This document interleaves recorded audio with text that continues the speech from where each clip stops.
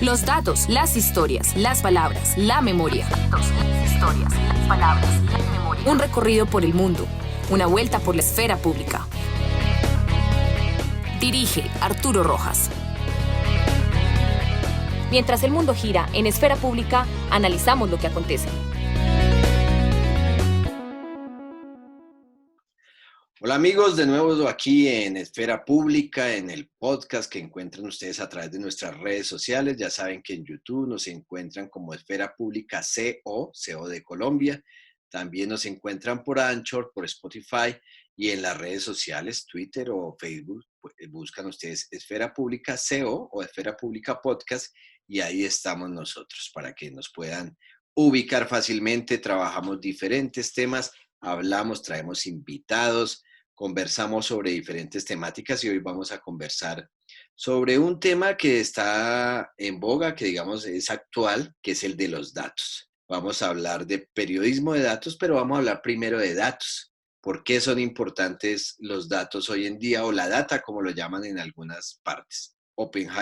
Andrés Oppenheimer, un periodista, escribió un libro donde habla sobre la importancia de los datos. Vamos a hablar con Daniel y nos va a contar, es experto sobre este tema. Daniel Arizmendi, bienvenido. Hola Arturo, buenas noches, ¿cómo estás y cómo están los oyentes de este podcast? Bien, acá encantado de venir a hablar de estos temas con su merced. Bueno, qué bien. Daniel Arizmendi trabaja en graficación de datos. Hemos hablado sobre estos temas en algunas ocasiones, pero cuéntale a los oyentes un poco, pues, quién eres y por qué estás metido en esto de los datos.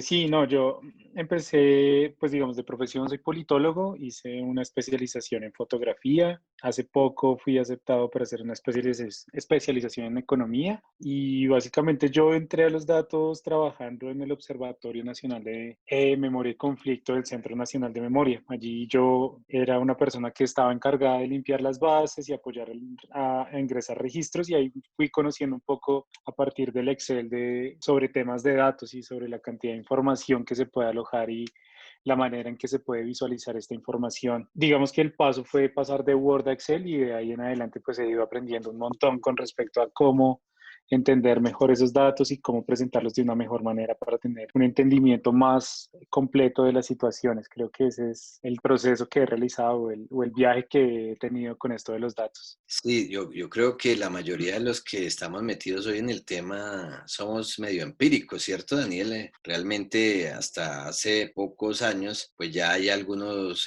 cursos, posgrados en datos, pero antes era muy empírico. Sí, de hecho yo empecé con una compañera del trabajo que se llama Claudia Báez. Ella pues en este momento es una de las miembros de Cuestión Pública, que es un medio de comunicación que hace uso de los datos y ella me fue, digamos, compartiendo herramientas para visualizar, pero también un compañero economista que me fue mostrando cómo es importante limpiar bases, porque claro, yo quería mostrar un montón de cosas, pero sin el conocimiento y sin la limpieza no lo podía lograr. Y sí, digamos, fue empírico. También he tomado un par de cursos, nuevamente con Claudia, quien ha sido muy amable en compartir ese conocimiento. Y nada, ahora la idea de estudiar es como especializarme un poco mejor para poder ir mejorando y afinando esos procesos. Bueno, cuando hagas cursos me avisas y yo entro también, que sigo capacitándome porque de todas maneras es un trabajo muy extenso.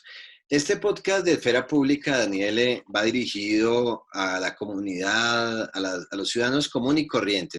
Entonces empecemos preguntándonos por qué para una sociedad hoy en día son importantes los datos. Pues yo creo que los datos siempre han sido importantes. Digamos que lo que siento ahora es que el acceso es mucho más público y puede tener un potencial mucho más amplio, ¿no? Antes, digamos, hablábamos de los datos y los datos o la visualización de datos, por ejemplo, se da desde hace 200 años. Pero ¿quién tenía esa información? Digamos que era un círculo muy reducido los que podían acceder a estas herramientas o podían acceder a estos temas. ¿Qué pasa hoy? Creo que hoy podemos tener todos accesos de datos, todos producimos nuestros datos. Por ejemplo, yo hace poco estoy teniendo unos temas de salud, entonces tengo que tomarme unos registros diarios y para mí es más fácil hacer un formulario y visualizar eso en una línea de tiempo que revisar el Excel o presentárselo al médico. Eso lo hago yo. Mi mamá también tiene por ejemplo, tiene un elemento, un formulario para realizar cuentas. Esto le permite generar una contabilidad.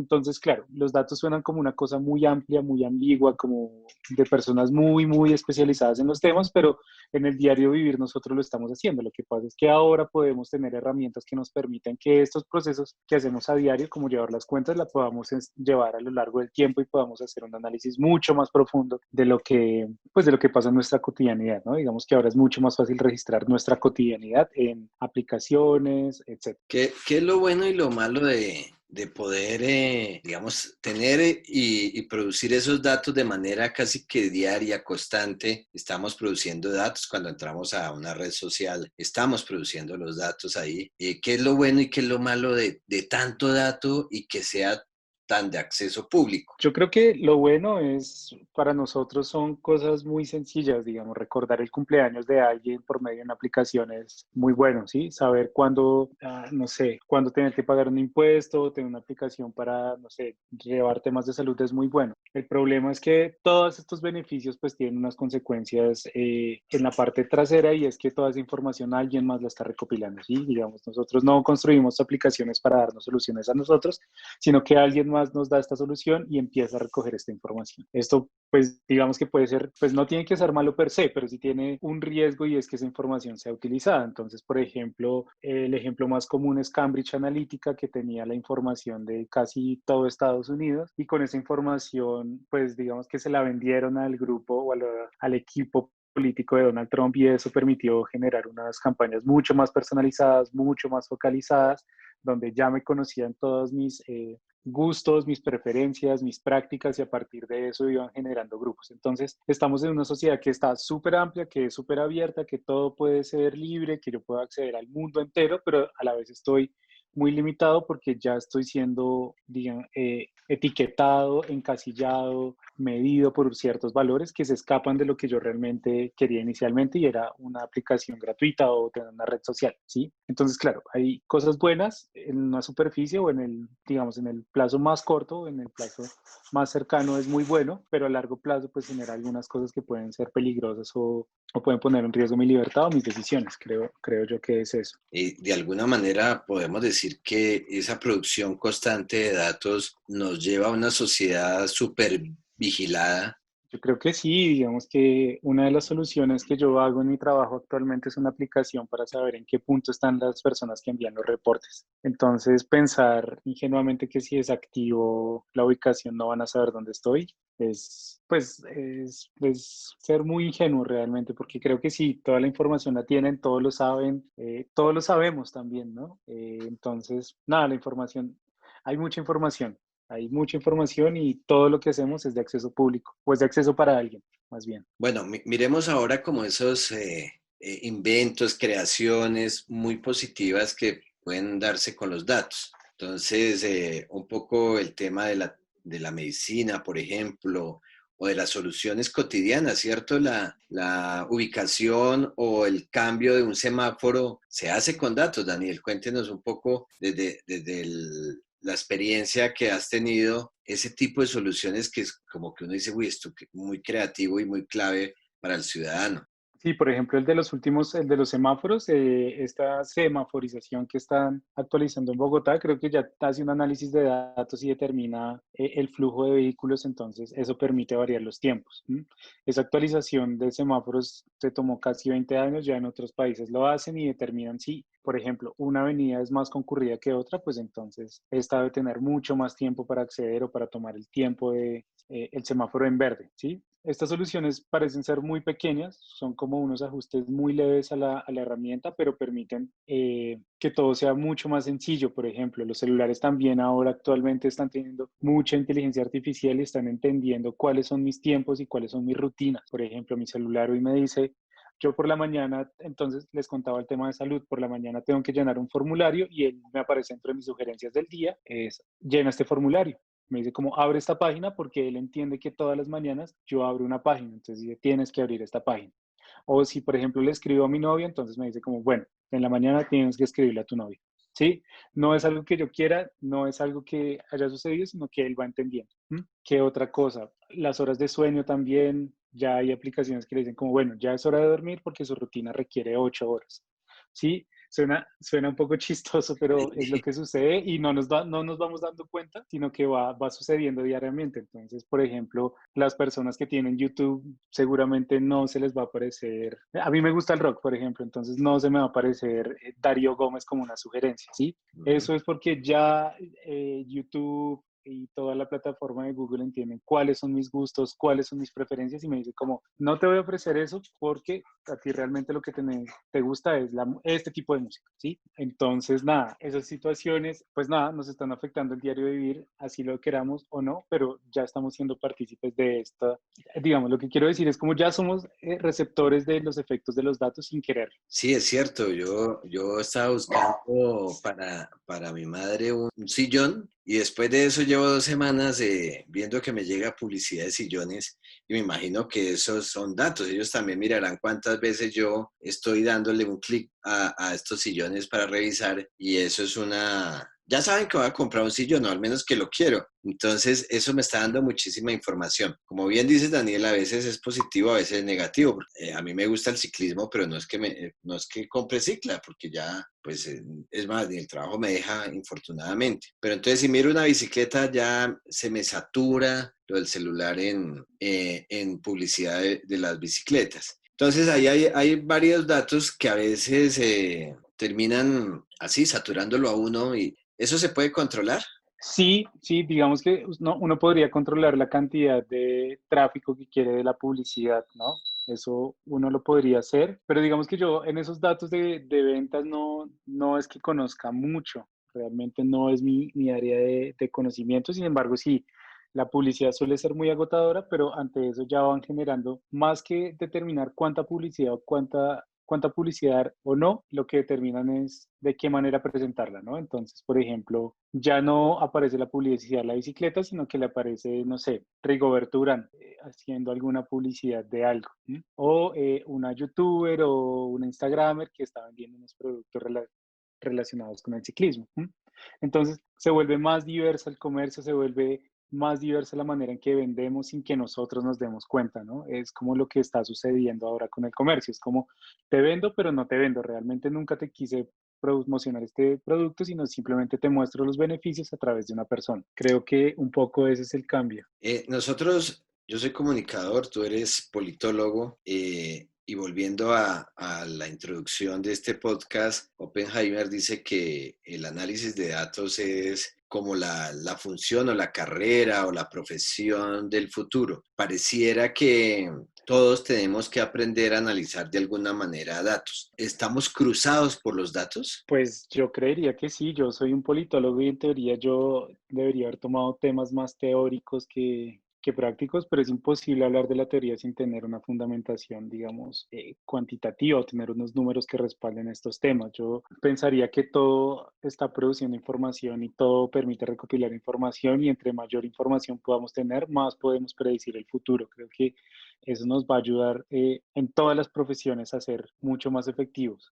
Esa siempre ha sido como la tarea de digamos, de la segmentación de labores. Entonces, la economía es buena con los temas de el dinero, el cambio, el flujo. La agricultura es buena con los temas de producción, siembra, etcétera, pero con los datos ya podemos hacer mucho más efectiva la siembra, ¿sí? Pero con los datos podemos ser mucho más efectivo con respecto al flujo de dinero. Todos vamos a tener, en últimas, que tener una relación entre esos temas, sí. Hemos hecho la mención que los datos son importantes, pero yo creo que todavía nos falta entender qué tan importante es para la vida cotidiana. Y ahora que acabas de decir eso, la agricultura, por ejemplo, está trabajando con datos, temas de cantidad de agua o fluvialidad que hay en determinadas zonas, en determinados territorios, o la cantidad de pesticida o de algún tipo de producto que se le deba dar o echar a los cultivos.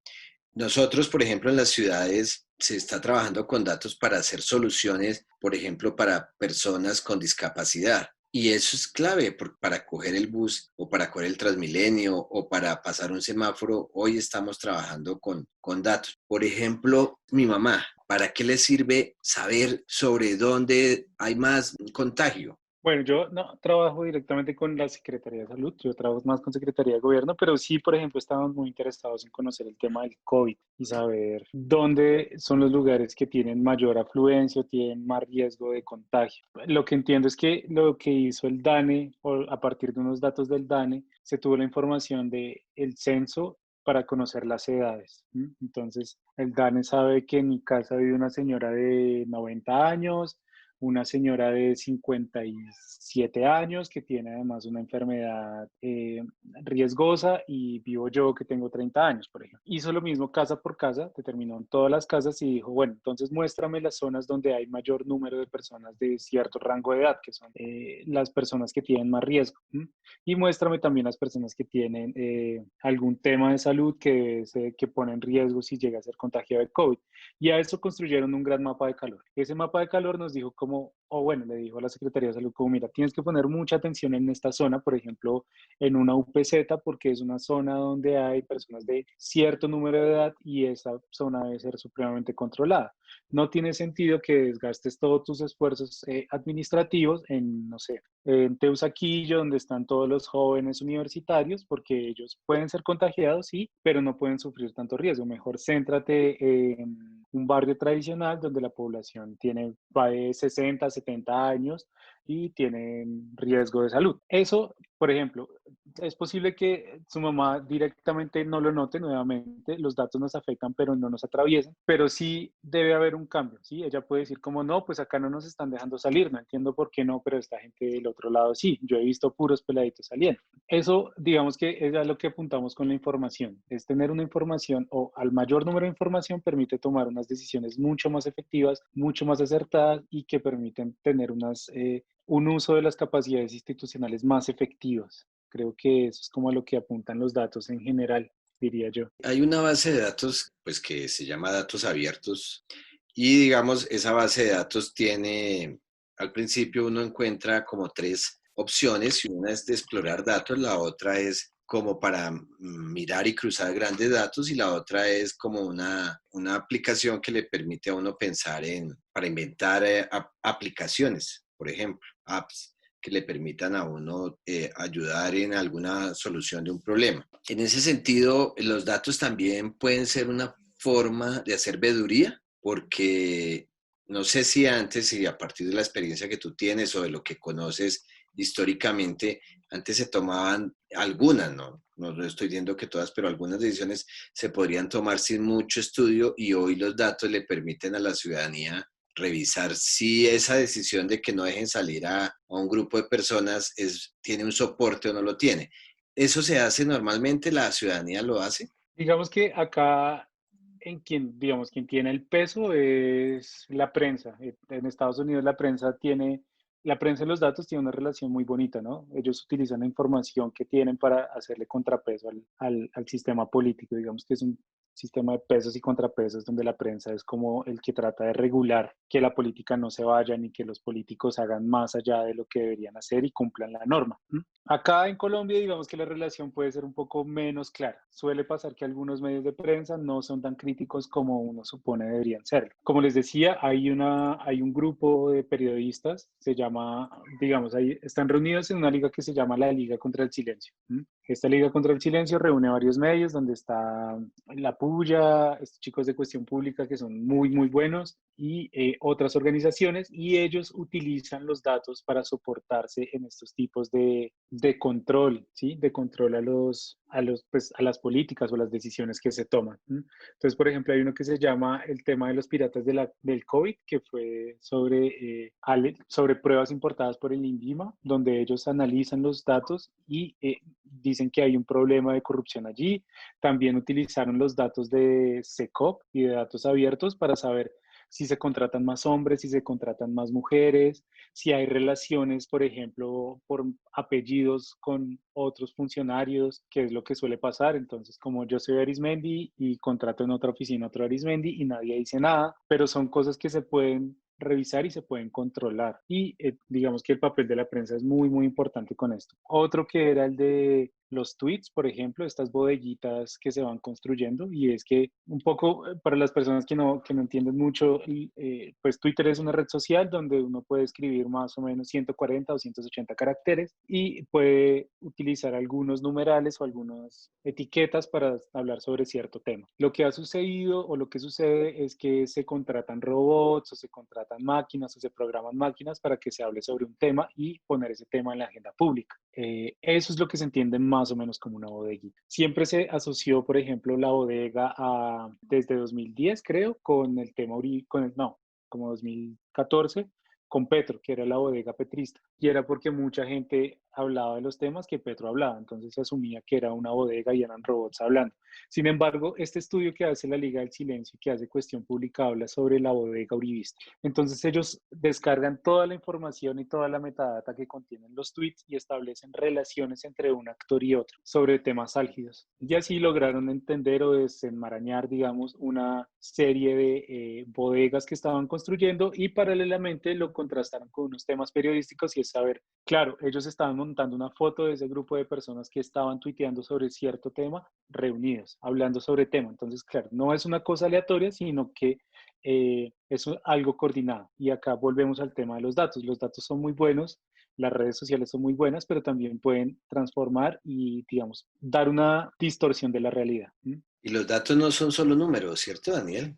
Son también No, imágenes. ¿Qué otro tipo de datos hay? bueno, tenemos los datos, las coordenadas, que era lo que hablábamos, que es la ubicación con respecto a un punto. Tenemos datos numéricos, entonces documentos, celulares. Tenemos pues el texto, por supuesto. Tenemos el usuario, el correo electrónico, las imágenes, como ya decías, otros enlaces, pero por ejemplo, Twitter, cada tweet o cada cosa que tú escribes en un tweet tiene básicamente como 45 datos adicionales más allá del texto. Por ejemplo, qué tipo de letras coges, qué fondo de letras coges, qué icono tenías, cuántas personas te seguían, etcétera. Digamos que los metadatos o el dato detrás del todo lo que uno hace, pues es gigante.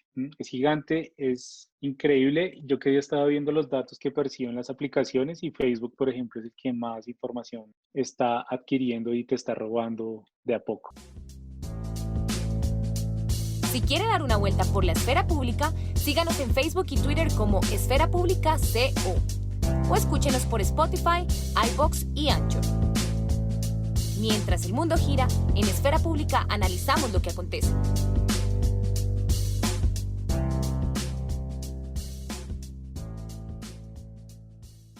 Facebook es impresionante. En un curso que di de redes sociales, mirábamos eso precisamente, saben si eres casado, si eres soltero, si te gusta el fútbol o si no te gustan los deportes, si tienes hijos, si tus papás están vivos o se acabaron de morir, si usas argolla de matrimonio, si qué tipo de celular utilizas, muchísimas cosas. Yo te cuento que un trabajo que hice con datos, no sé si ya te lo había comentado en alguna ocasión, es, por ejemplo, nosotros hacemos pequeñas investigaciones con los estudiantes. Más que el ejercicio de hacer un cruce de datos gigantes, hacemos un trabajo pequeño, pero que entiendan la importancia del dato. Y entonces encontramos, por ejemplo, que las personas a las que menos robaban celulares, en ese momento, como estaban los datos, eran las personas que vivían en unión libre. Y eso nos pareció muy interesante. Por ejemplo, a través de los datos, en otro ejercicio que hicimos, encontramos que había en un ejercicio de violencia intrafamiliar con datos. Para el estudiante fue sorprendente que existiera violencia intrafamiliar desde los 13, no intrafamiliar, sino de pareja, en los 13 años. Entonces, los chicos de las universidades desconocían que habían grupos sociales donde casan a las niñas a muy temprana edad todavía en Colombia. Pero también encontramos, por ejemplo, que había una violencia de pareja en personas de la tercera edad que no estaba relacionada con la violencia física, sino con una violencia relacionada con la salud, Daniel. Y entonces el tipo de violencia que hacían era escondiéndose los medicamentos, por ejemplo, los medicamentos vitales, el del corazón, el de la tensión,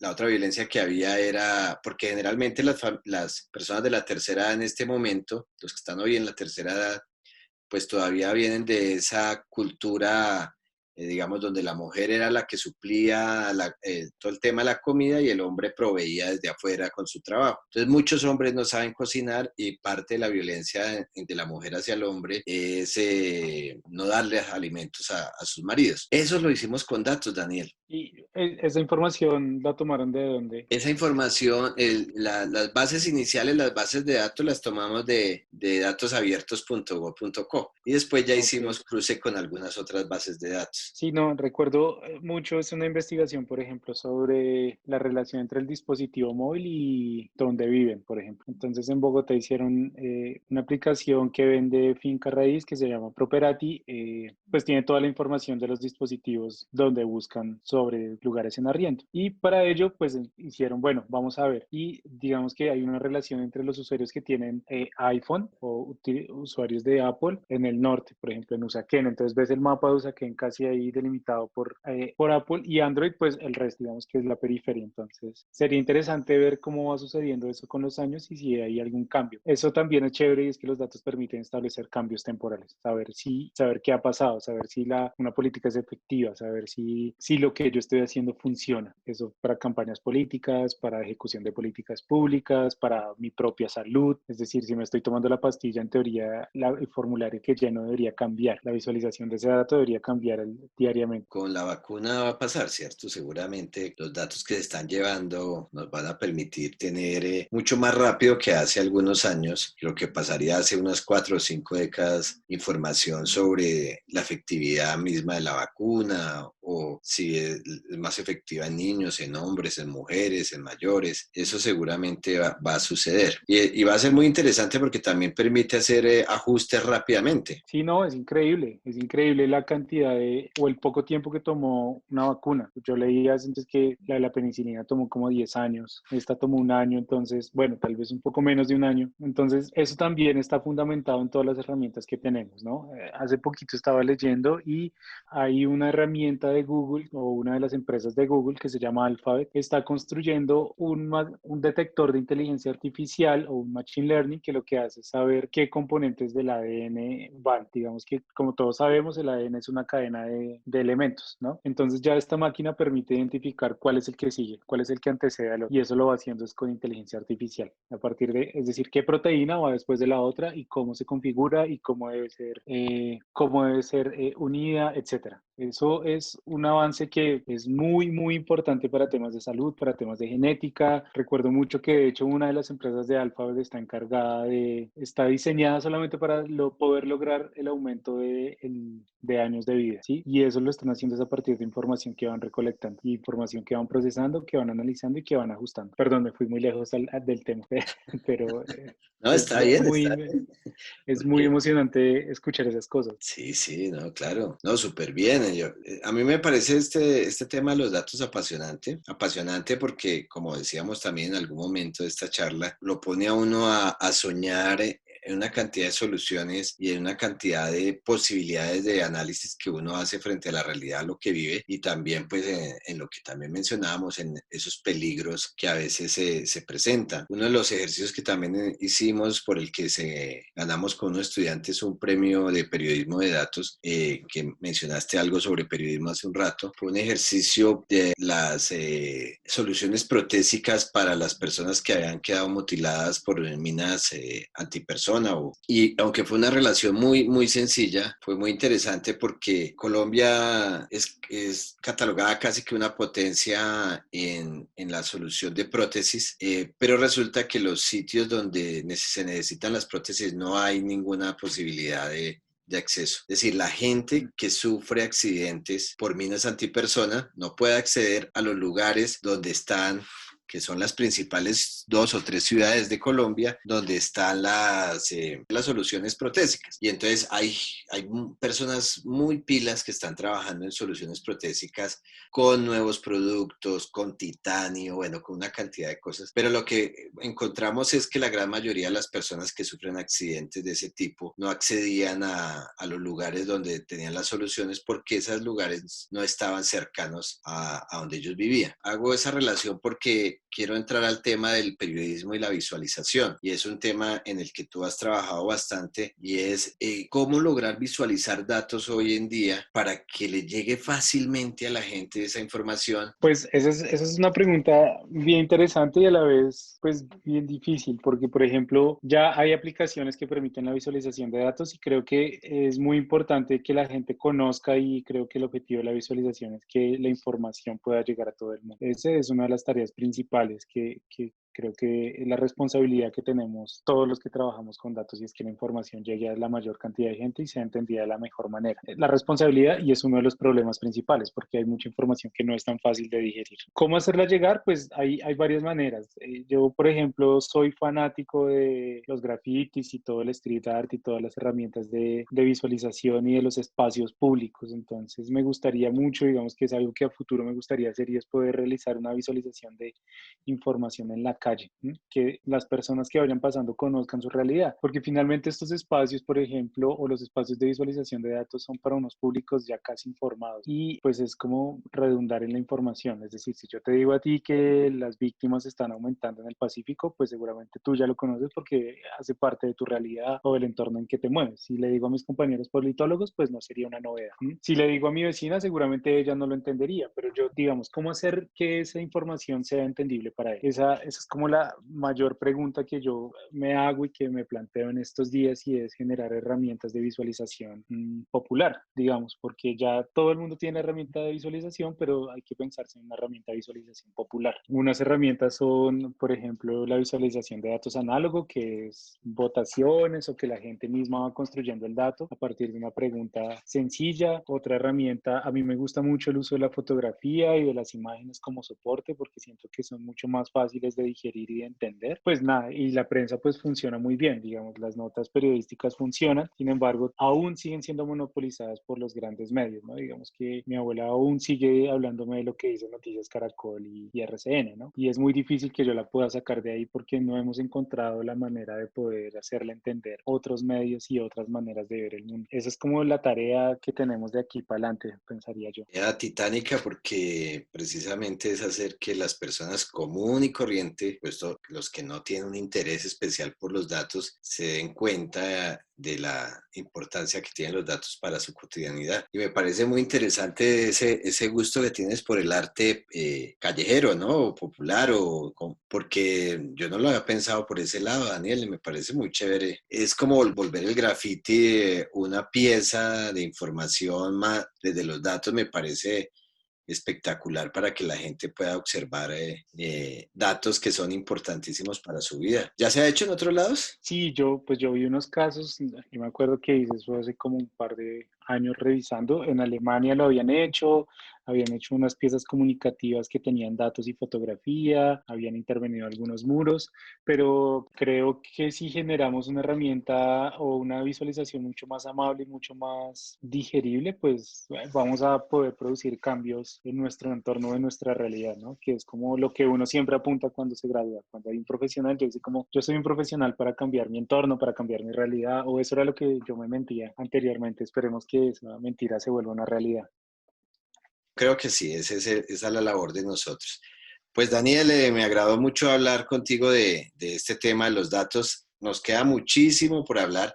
Yo espero que cuando empieces a hacer ese tipo de arte, que lo vas a trabajar con datos, pues nos invites para poderlo cubrir. No, claro que sí, pues de hecho invitarlos a que me ayuden, ahí pensarnos algo, ¿por qué no? Daniel, muchísimas gracias por estar en Esfera Pública. Espero que nos podamos encontrar en otra emisión hablando de pues esos temas que nos gustan. Entonces, muchísimas gracias, Daniel. No, Arturo, a usted por invitarme y a los compañeros de Esfera Pública, muchas gracias y nada, cualquier cosa estoy atento para lo que requieran. Muy bien. Nos vamos entonces en Esfera Pública, ya saben, por Twitter, por Anchor, por Spotify, por YouTube nos encuentran como Esfera Pública CO o Esfera Pública Podcast y ahí estamos.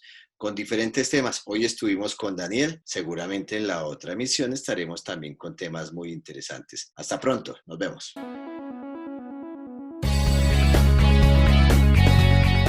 Esfera Pública, 180 grados de información y 180 grados de análisis.